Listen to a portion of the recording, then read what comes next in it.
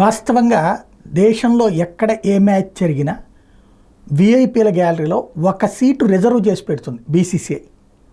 ఇది చాలామందికి తెలియదు. ఎవరి కోసం అంటే లతా మంగేష్కర్ కోసం.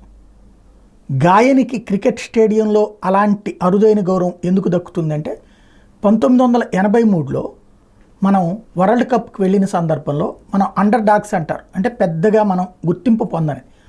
చివరికి మన బీసీసీఐ దగ్గర అప్పుడు డబ్బులు లేక ఒక మేనేజర్ని మాత్రమే పంపించింది.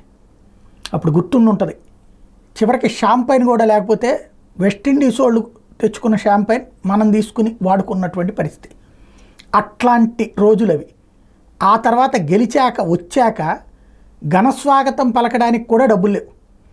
ఆ టైంలో లండన్ నుండి ముంబైకి చేరుకున్నటువంటి కపిల్ డేవిల్స్కి భారత్ జట్టుకి ఘనస్వాగతం పలకడానికి బీసీసీఐ దగ్గర డబ్బులు లేకపోతే బొంబాయికి సంబంధించినటువంటి డబుల్ డెక్కర్ సిటీ బస్సు మీదన కపిల్ దేవ్తో పాటు జట్టు సభ్యులను కూర్చోబెట్టి ఊరేగించారు. సన్మానం చేయడానికి కూడా డబ్బులు లేకపోతే ఆ విషయం తెలుసుకున్నటువంటి గాయని లతా మంగేష్కర్ విరాళం అందించారు. ఆ విరాళంతో ఆ రోజున వాళ్ళకి సన్మానం జరిగింది. అందుకనినే ప్రతి మ్యాచ్లో కూడా విఐపీ గ్యాలరీలో లతా మంగేష్కర్ గౌరవార్థం ఒక సీటు ఖాళీగా ఉంచుతుంది బీసీఐ ఇప్పటికి కూడా.